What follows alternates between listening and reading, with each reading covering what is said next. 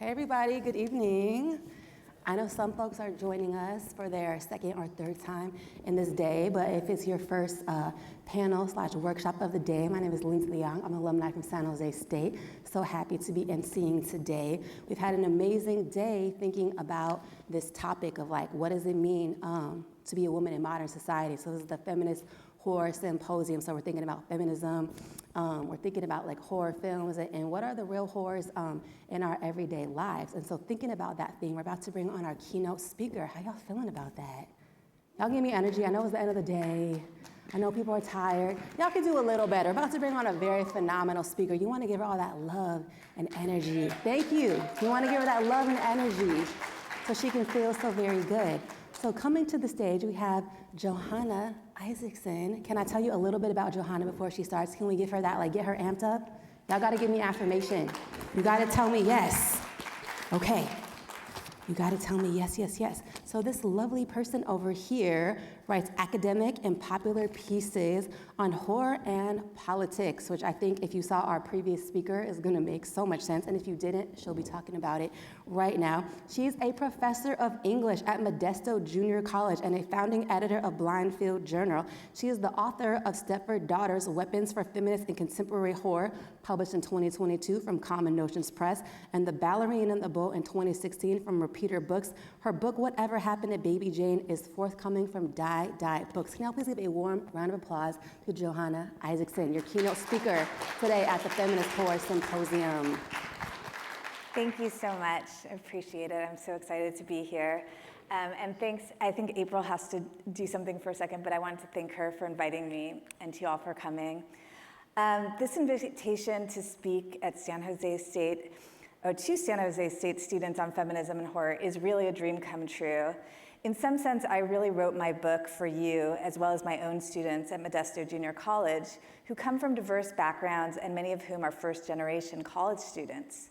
Our society encourages us all, but especially struggling young students, to think that our problems are our own to bear alone, and that we are responsible for solving them individually.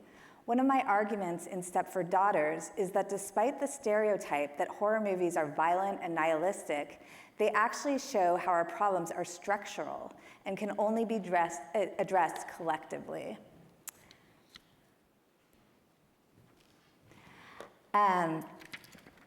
In my book, Stepford Daughters, I drew on my love of horror films and my fury at the way so many of us are isolated and exploited to explore the ways that the monsters of capitalist exploitation and expropriation adapt to changing conditions.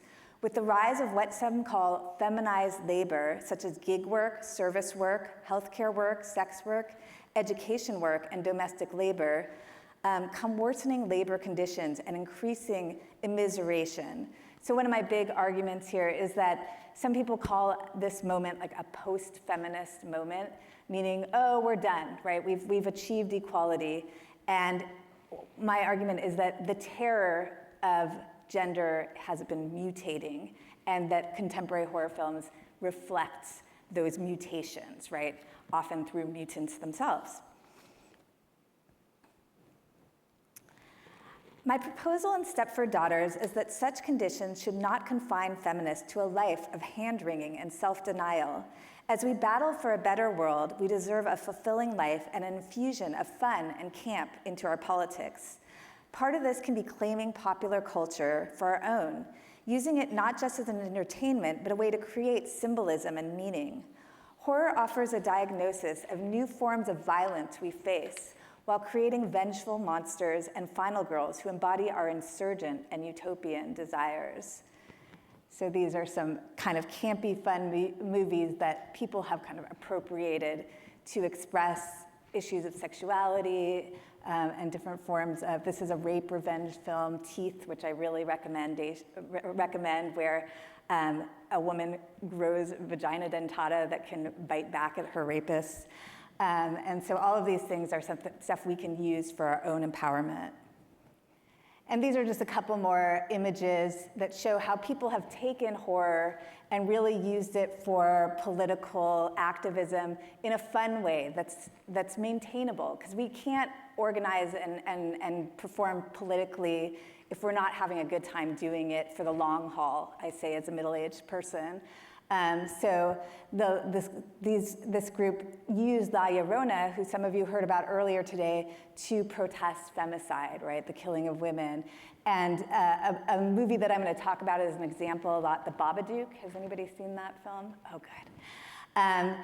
Just through a great story, which I'm happy to talk about afterwards, ended up becoming a queer icon and was actually sort of the way that people expressed themselves, especially at the Pride marches of 2020. So horror films are accessible to all, and in that spirit of accessibility, I tried to make Stepford Daughters intelligible to an interested and politicized, but not necessarily academic audience. I see the book as an extension of the work I do with my comrades editing Blind Field, a free public journal that takes a feminist approach to analyzing culture. We feel it is important to reach a popular audience and fight for an emergent structure of feeling, as Raymond Williams puts it, that is leftist and feminist. With this in mind, thanks so much for the opportunity to read some sections of my book, which I'm so thrilled to share with you. And please feel free to stop me and ask questions as we go along. And I also wanted to mention Blind Field. We've been doing this journal for 10 years. I love, if you guys are interested in writing about horror, if you've been doing stuff for your classes, I love mentoring young people. You can publish with us. So it's some way to start getting your work out there. So you think you know the story. You think it's the story your mother told you. An ambitious woman with hopes and dreams enters a nightmare. She's trapped in her home, reduced to nothing but a caregiver. You think it's the story of Johanna from the 1975 film, The Stepford Wives. Johanna was smart and educated. She loved photography and dirty jokes. But when she moves to Stepford, her husband joins a men's society that has plans for unruly spouses to turn them into robot housewives, content with a friendless, jobless life of chores and husbands, dust and dirt. Has anybody seen The Stepford Wives? Oh, good, good. So that is, to me, kind of the inaugural second wave feminist horror film, and I called my book Stepford Daughters, partially again to show that these horrors of being a kind of, live-at-home housewife that's subordinate to a husband are still alive in our culture, but also even for the people who got out and into the work world, some of the same forms of oppression are repeating themselves in other contexts that are really even harder to see, except for when they're depicted in a horror movie. 42 years later, another woman, Amelia, is trapped in a suburban house with her difficult son. By day, she tries to keep it together, and at night, a cadaverous spectral monster stalks her dreams. She becomes increasingly dissociated. Her mind drifts darkly as she washes dishes and cleans the house. In the kitchen, she finds a slit in the wall pouring out cockroaches. Later, as she lies sleepless at night, an ominous shadow spreads across the ceiling, suddenly flying into her petrified, screaming mouth. After this, she will no longer be an exhausted mother, but the powerful, murderous Babadook, ready to slaughter her own child to get back the husband that she lost. Like Johanna, Amelia is driven to horrific extremes by domestic life. Some things never change, and yet things have changed. Johanna was depicted as a victim of what Betty Friedan called the problem with no name, entrapment in the home. You can see women afflicted with this unutterable difficulty march in lockstep. The robotic Stepford wives in their matching aprons, plastered smiles, obsessing over their cleaning products, having relinquished all aspirations and independence. And as you can see with the kind of phenomena of the trad wife, that this is still definitely going on, right? The cure prescribed to these women was to get out of their suburban homes and into the job market. So Betty Friedan, who I mentioned, said, oh, everything's going to be fine, right, once women get out of the house. And these are just some examples of women who got out of the house in more contemporary horror and it's not working out that well for them, right? They're either trapped in someone else's house as a housekeeper, trapped in service work as a mall, or trapped underground as they live in poverty, trying to make it through gig work, right? So not quite working out the way they wanted it to. This is not the way out for our single working mom, Amelia. She suffers the demeaning horrors of domestic life, but her terrors don't stop at the threshold of the home. Inside and outside her gloomy house, she is stretched to the max, working a precarious job as a care worker in an old age home where abandoned elders clamor for her constant emotional labor. The work world has not solved her problems, but compounded them. As the pressures overtake her, building to her demonic possession, she calls in sick to her workplace. In response, all her work shifts are taken away, leaving Amelia's future even more uncertain and strained. It is only then, when the full weight of this merciless world is bearing down on her, that she fully transforms into the monster. We enter Amelia's life after she's lost her husband to a car accident and find her struggling to take care of a son with special needs. Where she searches for social supports, personalized education, and mental health help for herself and her son, she finds only judgment and rejection. As a Stepford daughter, she is devalued for the same reasons as her mother. Her feminized labor is seen as both worthless and natural. But she is no longer trapped in her middle-class house and nuclear family. The male wage that enabled a man to support his wife and kids is a thing of the past, and even households with 2 incomes can't keep up. Instead, she is set adrift in a sea of poverty and precarity. This is the endgame of a society that both relies on and disavows social reproduction. Welcome to the life of the new liberated woman. So when I say male wage, one of the things that second wave feminists kind of fought for is not to be stuck in the house and denigrated as housewives while their husbands got to do more interesting work. But at that time, a man could actually support a whole family. And now, even if both a wife and a husband work full-time, they often can't support a full family. So even though, one of my arguments is that capitalism kind of almost took advantage of second-wave feminism's demands to hurt everybody and make push wages down.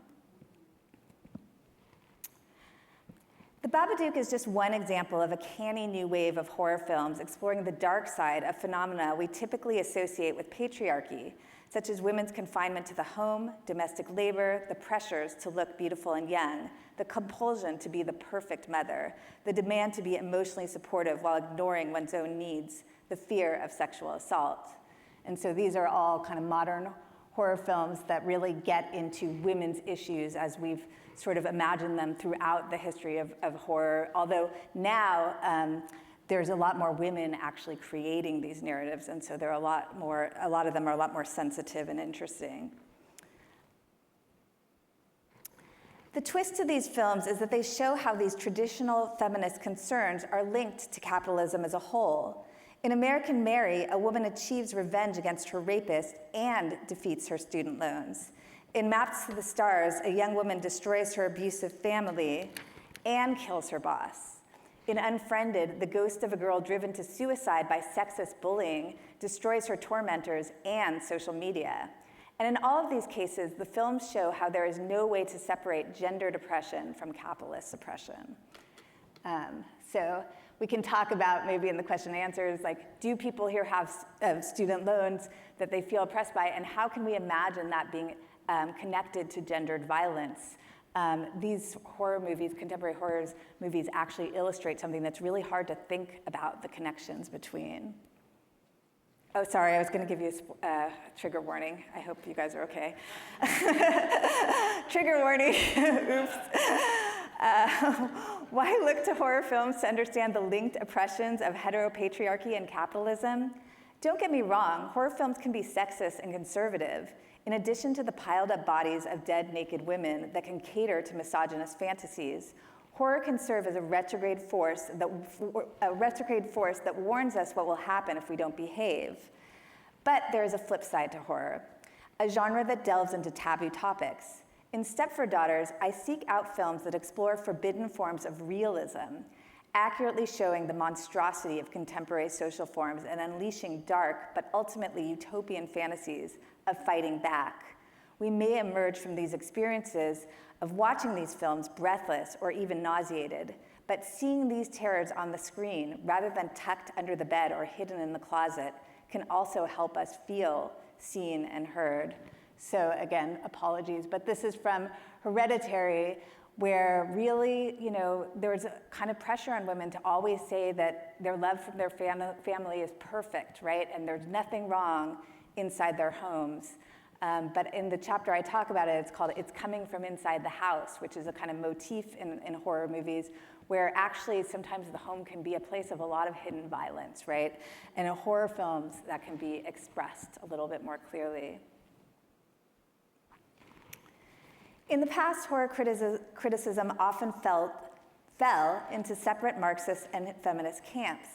Either we see vampires as blood-sucking capitalists or as lesbian avengers. Frankenstein's monster is either an oppressed proletarian worker or a queer outcast searching for a friend.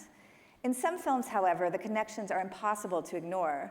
For example, The Shining's Jack Torrance is a patriarchal monster who terrorizes his family, but it is evident that his own class anxiety drives him to these extremes.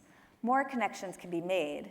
Frankenstein's monster is not either a worker or a queer outcast. He is an index of the fact that the unruly worker is always also violating heteronormativity. The lesbian vampires of films like The Hunger illustrate how capitalism only offers women the freedom to explore their desires if they agree to lean in to capitalism's predatory logic. In other words, if gender and capitalism overlap in the real world, why wouldn't they do so in the films that represent and process this world? So I'm kind of trying to make a case for more criticizing of horror that doesn't just do feminism or just do Marxist critique, but really thinks about how these things are working together. The fact is we live in a world in which capitalism preys on age-old stereotypes about feminine activity. Women's work is seen as trivial and low-skilled, and this allows it to be ignored or poorly paid. The middle-class strains of second-wave feminism that shaped the logic of the Stepford Wives held out the hope that women's entry into the wage work world would be a moment of emancipation. But that was not at all the outcome. Instead, the jobs that women entered into, service labor, flexible labor, effective labor, were both expanded and degraded. It is no accident that in this moment, when the majority of employment growth is in service professions, wages have dropped. And with the exponential growth of professions done in the home, women, and especially women of color, are more and more likely to be employed in jobs that are widely considered to be abject or even neo-feudal. And objection, it's going to come back, but that's a huge word that horror critics use to talk about what horror is doing and what it's showing, is just the disgustingness physically that women are shown as through childbirth, through menstruation, through their bodies being in excess of perfection, and the excess that's associated with feminine emotions, like being too irrational or too emotional. All of these are turned into horror, but in these, especially the films that I am looking at, they're kind of reclaimed as forms of power and forms of pride, if you look at them critically. In this horror scenario, capitalism lures women into low-paid or no-paid work while disinvesting from programs of social welfare, leading to what Nancy Fraser calls a crisis of care. The alternative offered to women is corporate lean-in feminism, in which, as Dawn Foster asserts, there's no room for a civil life, a political life, an emotional life outside the nuclear family unit. So, that kind of you go girl feminism that's just about getting a few women in power, but not really building solidarity. Read in this light, horror films teach us that we must lean out into solidarity and structural change. And this struggle for total social transformation is a feminist issue. In short, class horror is gender horror, and we must think them together. Social reproduction feminists hold that from the beginning, capitalism demanded a separation of spheres. It required productive laborers to create commodities and to enable capitalism to constantly grow. But it also needed reproductive laborers to ensure that the workers were born, raised, fed, and emotionally cared for. Under capitalism, the ongoing strategy to produce and maintain the separation of spheres has always been gendered. Even though these two forms of labor are equally necessary, by labeling the feminized sphere of labor as less valuable and more natural, the ruling class has successfully blocked solidarity between men and women, as well as ensuring free or cheap reproductive labor. So calling all these traits of women caring, bearing, raising children as natural actually creates a rift between men and women. And one of my points that I like to make a lot is that feminism is great for men. They don't have to be emotionally repressed anymore. They don't have to be separated from the women they love. There's a solidarity between men and women when we follow a feminist path. At the heart of this division of labor, at the heart of this division, there is ever and always the threat of violence. Domestic violence and state violence follow the same logic. They enforce the rigid gender division of labor and demand that the feminine sphere remains lower in the hierarchical order of things, keeping us all running through the endless Byzantine hedge maze of the shining, where men, frustrated at their eternal inability to get ahead, project their murderous rage at the wives who make their lives possible. And I'm wearing the shining carpet, by the way, as my outfit. In Caliban and the Witch, Silvia Federici traces the origins of this violence to the moment of the transition from feudalism to capitalism. Under the feudal system, women and men often did the same work, and when work was gendered, it was valued more equally than at present. Federici argues that by labeling men's productive work as more valuable and offering the possibility of a subordinate female as a reward for this labor, capitalists effectively sabotage solidarity between men and women when both should have been collaborating to defeat the enclosure of their lands and bodies. The witch hunts were then created to coerce ungovernable women into the role of passive, loving helpmeet. It took torturing, burning, and drowning so-called witches to turn them into obedient domestic subjects, and yet the work of these subjects is now framed as a natural act of love. The 2015 horror film The Witch demonstrates this violence as Thomasin, a teenage girl, is forced into endless labor for her family and still labeled as a devil-worshipping witch.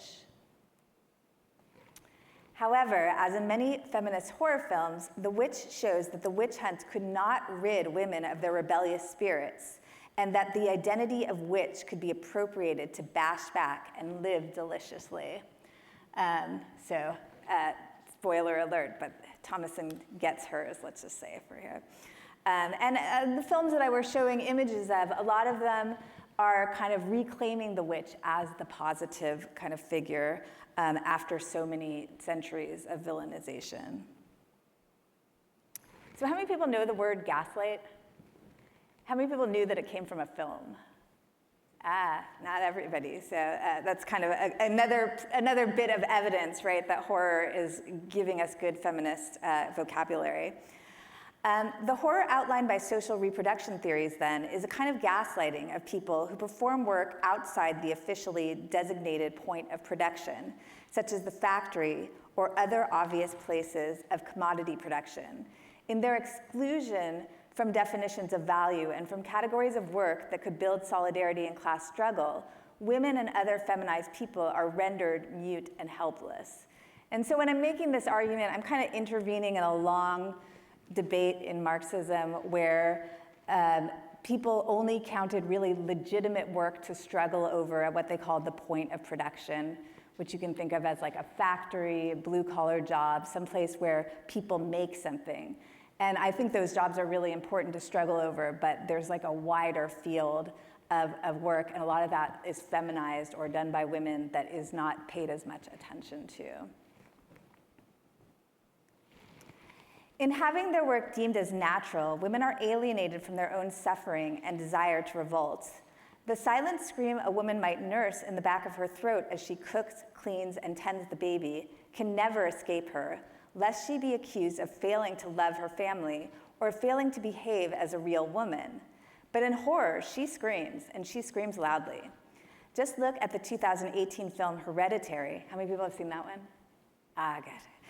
Where the protagonist, Annie, experiences her family as an endless psychological assault and lets everyone in earshot know by wielding her voice as one long wail of sorrow.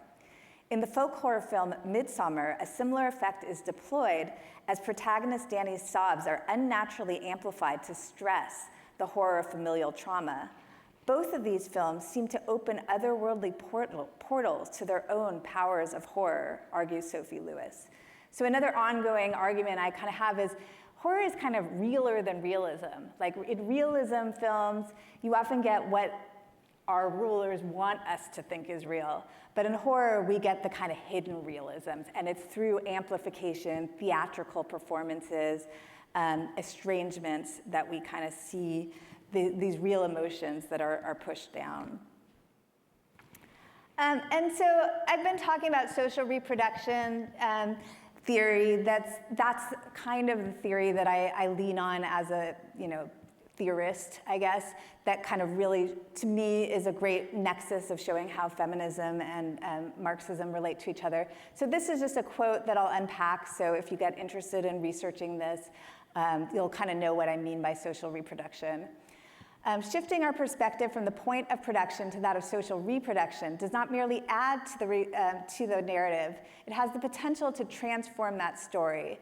It allows us a far more nuanced approach to formation, one that focuses not simply on waged factory workers, but on the articulation of different kinds of struggles, those of the waged and unwaged, men and women, whites and non-whites, and citizens and immigrants. So it's really a way to get away from what you see on the right of like this fantasy of a white male, kind of worker that's against everyone else, and really build solidarity by recognizing that everyone is doing this kind of work and that they're related to each other, I would say. To understand the centrality of social reproduction, imagine a factory worker who typically arrives at work with crisp overalls, a full lunchbox, and an anticipation of returning to a home at the end of the day where he will be fed, play with his children, watch television, and have sex. All of this motivates him through his 8 hours of drudgery. Without the social reproduction that sustains him, his workday would be a horror movie. He would arrive naked and starving. He would never be able to leave the workplace because he wouldn't have anywhere to go. Capital would have to find increasingly unsustainable ways to force him to labor. And I think the platform actually kind of shows that dystopia of a world without social reproduction. When considering reproductive labor, we fail as feminists if we stop with the image of the middle-class housewife. Angela Davis has criticized the use of the housewife as the archetype of feminized labor. As she argues, this ignores the reality that Black women were rarely allowed to occupy this position. Many Black women and other women of color have been and still are forced to perform waged and unwaged reproductive labor at the same time, much of it domestic work for other people. This double burden of wage labor and housework must force a reconsideration of the struggles around reproductive labor. Compounded racism and sexism has meant that poor women and women of color have had to resist the infinite expansion of their work as they are asked to become surrogate housewives and to be underpaid for that undervalued labor. And so, in one of my chapters, I explore especially horror films that actually show women doing domestic labor, and instead of sort of romanticizing them, like I think kind of there's a famous film, Roma, that some of you guys might have seen that shows like that she really loves the workplace on some level. It really shows the violence that can accompany this type of labor. So even when the housewife held a significant and social position, she was not the only role enforced by the gendered division of labor, nor the most oppressed example. As women are increasingly entering the workforce or being relegated to the status of surplus population, we are grappling even more with the adaptability of the gender division of labor. Capitalism has been spectacularly successful in using the gender distinction to its own end, as Juliana Spar and Joshua Clover argue, and this adaptability has allowed the role of housewife to define wildly diverse forms of reproductive labor and activity. So some people think about what you could call neoliberalism or post-Fordism as a kind of housewifeization of labor, where we're all doing a lot more emotional work and service work that was once confined to the home. Like the victim in the slasher film then, the feminist dream of emancipation has been slit down the middle. Her hopes for equality are honored as long as she can lean into one of the dwindling jobs still commanding respect and high wages in our economy. But feminized reproductive labor itself is even further devalued, seen as an obstacle to success. This work is delegated to poor women, women of color, and immigrants who invisibly remove the debris in the path of the woman who has the privilege to lead in. The response must be refusal, and in this sense, horror's negation is utopian. In these films, feminized monsters and final girls embody the refusal of given roles, and in their negation, conjure insurgency and resistance.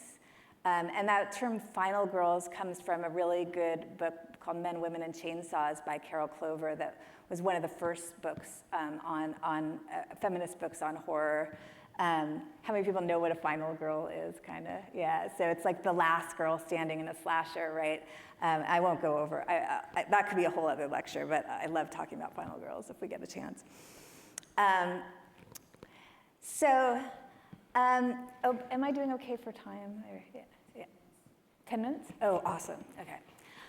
In this negative dimension of horror and its frank acknowledgement of violence that makes it particularly suitable to capture contemporary contradictions of social reproduction.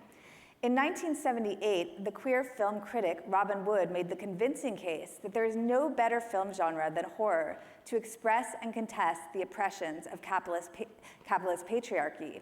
Our culture, he argued, operates by forcing us to repress every thought, impulse, and emotion that goes against the standard of normalcy dictated by bourgeois patriarchy. And bourgeois just means kind of like middle class, right? Which is kind of famously known for kind of repressing emotional expression, and he sort of looks at horror this way. And I love this final smile. How many of you guys saw Pearl? It's a really great idea, an estrangement of a smile. Like estrangement means just making strange, where a smile can mean a lot of other things other than happiness, as we see in this film. And again, it's kind of letting the repressed come up a little bit. Wood argues that this repression creates the category of the other, that which bourgeois ideology cannot recognize or accept. These repressed others appear in horror films as monstrous sources of fear. Says Wood, the true subject of the horror genre is a struggle for recognition of all that our civilization represses or oppresses. The reemergence of these repressions is dramatized as a horror, as in our nightmares. So nightmares are scary, but they're also the place where our forbidden and taboo thoughts and desires can kind of come up. And Robin Wood sees that as a sort of dream logic in horror that actually allows us to tap into those desires. Relating to Wood's criticism, Barbara Creed and other psychoanalytically oriented feminist critics explore horror film as a privileged genre to investigate the repressed, which they call abjection. For Creed and others, horror movies represent elements that the dominant patriarchal culture qualifies as feminine and deems unspeakably grotesque, such as irrationality, emotionality, and indeterminacy, as well as bodily excesses related to menstruation, sexuality, and pregnancy. These abjected qualities and substances map onto the sphere of reproductive labor that is cast out of the elevated sphere of the masculine, rationality, and productive work. What feminist theorist Julia Kristeva calls the powers of horror are that it gives language to that which is rejected, repressed, stigmatized, and disavowed. In our moment, horror's power refers not only to what she names a rebellion of filthy, lustful, carnal, female flesh, but the totality of feminized reproductive activities and qualities that are both the essential and repressed essence of everyday life. So horror can capture everything from being embarrassed by your period to being angry at your job at the mall, right? Of all these things that you're not supposed to express. This repression is not only psychic, but social and historical, which contributes to the Gothic aesthetic of many horror films. As Teresa Gaudu argues, national history and self-mythologization is created through displacement and exclusion. Gothic themes have always served as a kind of resurrection of the repressed, disrupting the dream world of national myth with the nightmares of history. Sherry Marie Harrison argues that the Gothic tropes of darkness, madness, ghosts, and isolation bring historical repression of slavery, exploitation, and genocide to the surface.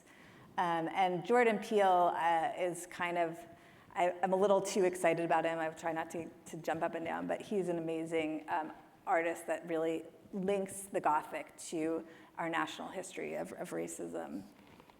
Good? Yeah, 5, okay. The female Gothic represents not only the horrors of history, but the fact that women have been erased from history. Historically speaking, women are always ghosts and specters, as our confinement to the private sphere has equated to a kind of public death. Even after women emerged into public life, we are associated with the private, with passivity and lack, and these associations have deprived us of substantive representation. Horror films like The Others, in which a woman goes through life not knowing she is a ghost, force us to confront these historical erasures. Horror films' monsters and menaces are often described as uncanny.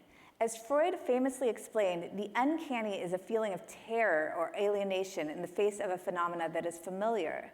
The German word for uncanny is unheimlich, a word that can mean both familiar and agreeable and concealed and kept out of sight. The word also refers to the home, conjuring the domestic horrors women face. The feeling of uncanniness arises not despite familiarity, but because of it, showing that the source of horror is not strangers or alien forces, but our most intimate relations and conditions. The horror genre is littered with lifelike dolls, mysterious doppelgangers, bodies possessed by demons and monsters, and bodies that are neither alive nor dead. These phenomena haunt us because of their proximity to ourselves, not because they are simply alien or different. In horror, this points to the sphere of intimacy and closeness as the locus of terror. And so I only have a few more minutes, and as I'm going to, I think what I'm going to do is just cruise real fast through many slides, and just so you can kind of get a sense of what I would have ranted at you about if I had all day, because I could keep you here all day. I like talking about this stuff. So Suspiria, I kind of was thinking about how, you know, the last part of my book is a lot of it is about youth uprising in horror, and that's the kind of utopian positive side, and especially for you guys, I wanted you to think about that. Where anger really can be expressed in horror. And so when you see in a horror film a woman who's violent, maybe try to think about not just condemning it, but what kind of anger she's trying to express, what she's reacting to. And this is really happening. I opened with Assassination Nation, a lot of contemporary horror movies featuring young people and especially young women. These are some more examples of films with young women who are fighting back, and from different traditions. This is an American-Iranian film that is a girl walks home alone at night that has an amazing vampire, so she gets to be the monster, not the victim of the monster, which is fabulous. Rhymes for Young Ghouls is kind of a revenge tale on like Native American missionary schools, which is amazing. So there's all these really explicit, and us, again, I already mentioned Jordan Peele, but there are all these very explicit kind of revenge narratives where young women aren't just victims, but they're the monsters that are kind of getting some of that revenge. Oh, another one I was going to do a trigger warning for, sorry. And I was just going to talk a little bit at the end about It Follows, which is a really interesting horror movie that kind of shows the scary stuff that's haunting young people, right? They're not just being haunted by a monster, they're also kind of living precariously. They're living in a suburbs that's deteriorating on the side of Detroit, and Detroit itself has this racist legacy that their suburb was kind of built on, so they're complicit in this chain of racist history. And they also feel futureless. They can't imagine what their future is. Their parents have bad jobs or are dead. What's gonna happen for them? And instead of just showing them as kind of trying their best, one of the things in that chapter that I talk about is how what scares young people often is you're told you're on your own, it's a meritocracy, if you work hard enough, if you do enough, you're gonna succeed. And these kind of films show that there's nothing you can do just on your own to succeed. You need to have solidarity with young people, other young people, and you need to fight back. And so there, I connect it to some of the amazing youth movements that have been gathering together, not to just say, I'm gonna get a good job, but to say we all deserve clean water, we all deserve to have a future on this planet. And you can see that in some of these young female monsters. So that's just kind of what I was gonna say about It Follows, which how many people have you seen that one?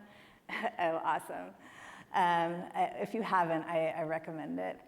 And then, so again, I kind of say, these are the real monsters that haunt young people especially. Jobs with really low wages, feelings of, helplessness in the face of student debt, racism, sexism, rape culture. And these are the kind of, we can use the iconography of horror to sort of fight back against that. And It Follows as kind of an example of a young woman who in real life would be called crazy. She's seeing monsters that no one else sees, but instead her friends say, hey, we believe you. There's something following you, and we're gonna be with you and figure out how to fight this thing. So I think I'm right at the time, right? That is good. So I'll just leave it there. Believe it or not, I have more slides, but and I'd be happy to hear any questions or comments that people have. I think thank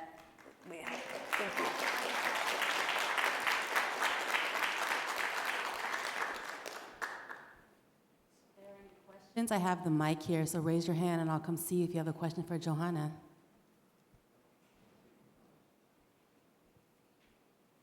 Or I can show you one more slide.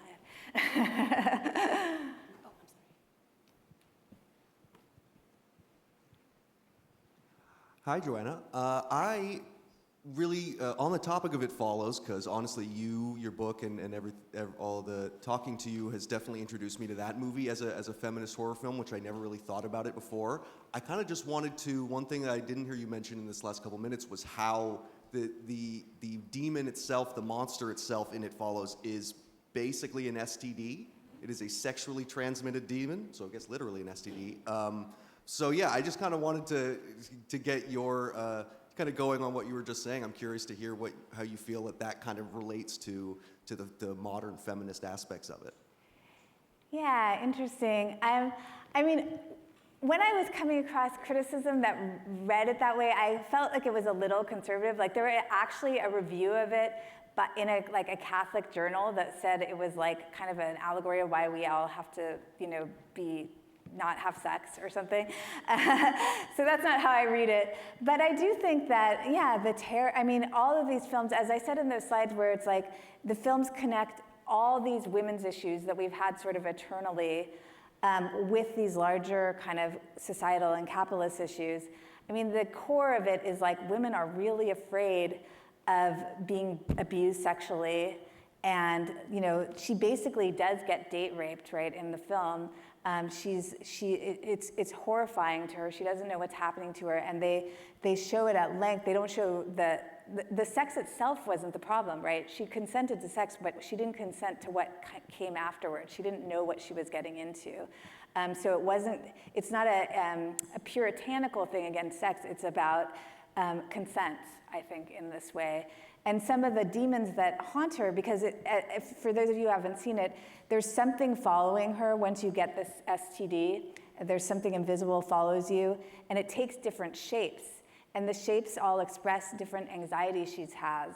And some of them do seem like they're rape victims, right? Some of them are like naked and abused, or they seem like they're sex workers who have been abused and that kind of thing. So it shows that once she's had that experience of rape, those demons of fear of sexual assault follow her literally, forever until she can like work through her trauma, I think.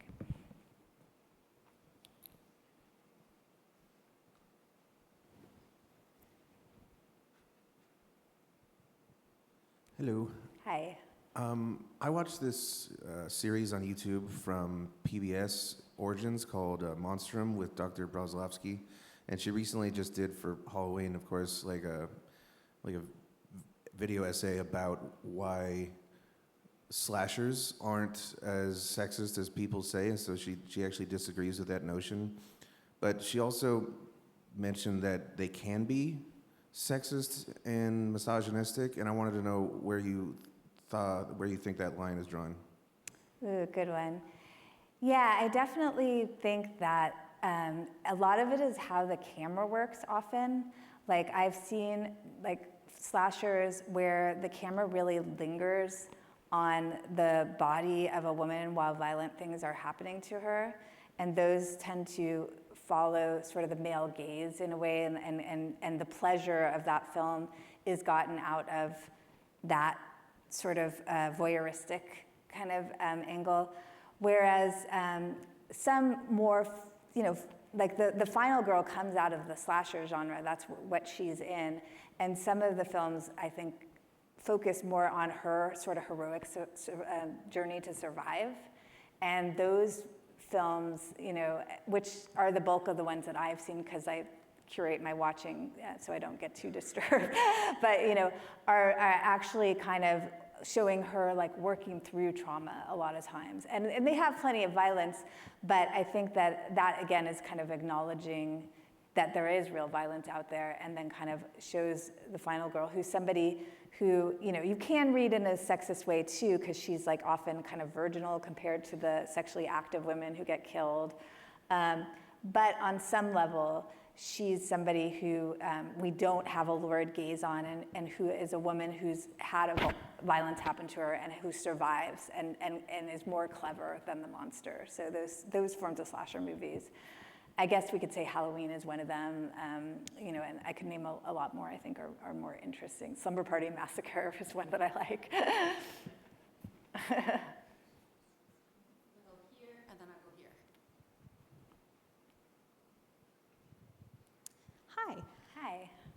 Hi. Super related. This movie came out super recently, and I just wanted to get your opinion on it because it does fall into this whole PowerPoint that you just wonderfully presented. It's called The Substance. Sorry, I fucking with my mic. I love The Substance, yeah. Correct me if I'm wrong, but I see it as the view of almost a body horror Barbie sort of movie where every single scene, every single viewpoint is shown as on-the-nose metaphors for how we are basically taught to hate our bodies as soon as we are born, and how we always need to try and find more perfection. We always need to see a better version of ourselves, and how much we absolutely just hate, destroy, and abuse our bodies to try and please others. I totally agree with you. That's a great reading of that film. And I feel like somehow the on-the-noseness of it just somehow adds to the aesthetic intensity of it. Like, it's just no apologies. We're gonna show how much this woman has come to hate her body, and we're gonna make you live through the terror that she feels at her body by showing you the most grotesque self-image you could possibly have. And it makes the audience complicit, right? Especially because there's a kind of, so this film basically, it's an aging actress who's getting fired from everything because she's aged out of the biz, and she takes a pill to become younger, and then it doesn't go well, and she becomes a monster basically, because she can't handle getting older. And so that internalized ageism, the internalized beauty standards that she's taken in, just take this incredibly body horror grotesque view that is just very powerful, I think. I totally agree with you, yeah. Hi, thank you so much again for a wonderful presentation. I, like you, am a huge Jordan Peele fan. I really appreciate that he sort of innovated an entire subgenre of horror, kind of moving away from the physical horror and focusing more on the psychological horror. And I would definitely love to see more use of psychological horror to tell feminist stories. So I was wondering, from your perspective, in your research, what isn't being addressed or talked about in film yet with regards to that sort of psychological aspect of feminism that we need to see made? Ooh, that's really interesting. What isn't being addressed? I mean, I feel like we're doing pretty well right now. Like, there is a lot of really interesting new horror coming out. Like, I saw The TV Glow is a really amazing new film that deals with sort of the psychological horror of being trans but not being able to really express it. I do think I would like to see more trans kind of psychological horror, just because that's such a rich topic. And you know, the people behind the camera only recently have started diversifying more, and that there is a lot of women, but often they tend to be like cis white women. So I think I would love to see more women of color, women from very specific anchoring of places, global psychological horror, trans psychological horror, that are just, you know, that again, we got away from Stepford Wives in that it's not all about housewives, but a lot of the feminist horror is still about cis white women, I would say. So I would like to see more diversity in horror.